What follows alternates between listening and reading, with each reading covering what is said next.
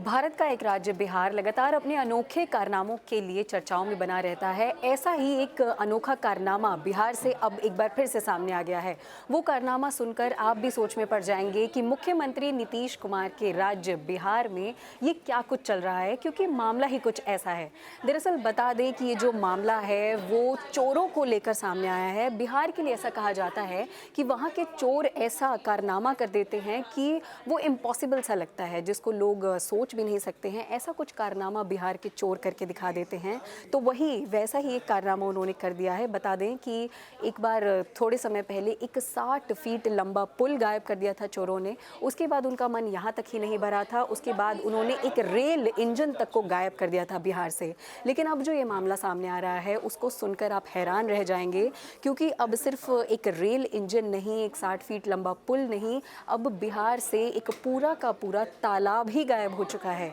जी हाँ, बहुत बड़ा ये कारनामा निकलकर सामने आ रहा है कि एक जगह से जहाँ पर पूरा तालाब था, वहाँ उस तालाब में मछलियाँ भी थी और उस तालाब का रखरखाव भी किया जाता था। लेकिन अचानक कुछ समय बाद देखने को मिलता है कि वो तालाब अब उस जगह पर नहीं है और उस तालाब की जगह पर एक झोपड़ी आ गई है। तो अब क्या है ये पूरा मामला, तो हम आपको इसके बारे में बता देते हैं।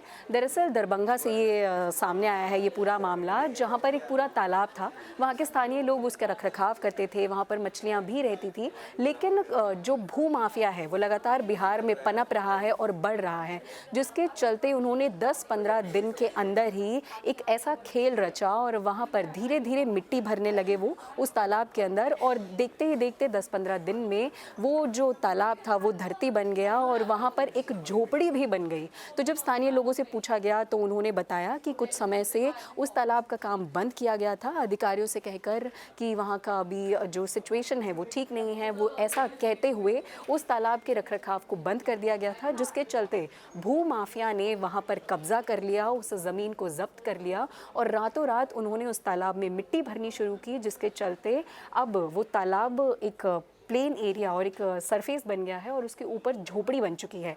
इस मामले के सामने आते ही वहाँ के सभी स्थानीय लोग बहुत ज़्यादा आश्चर्यचकित हो गए हैं, हैरान हो गए हैं कि देखते ही देखते कैसे एक तालाब अचानक पूरी धरती में कन्वर्ट हो गया है।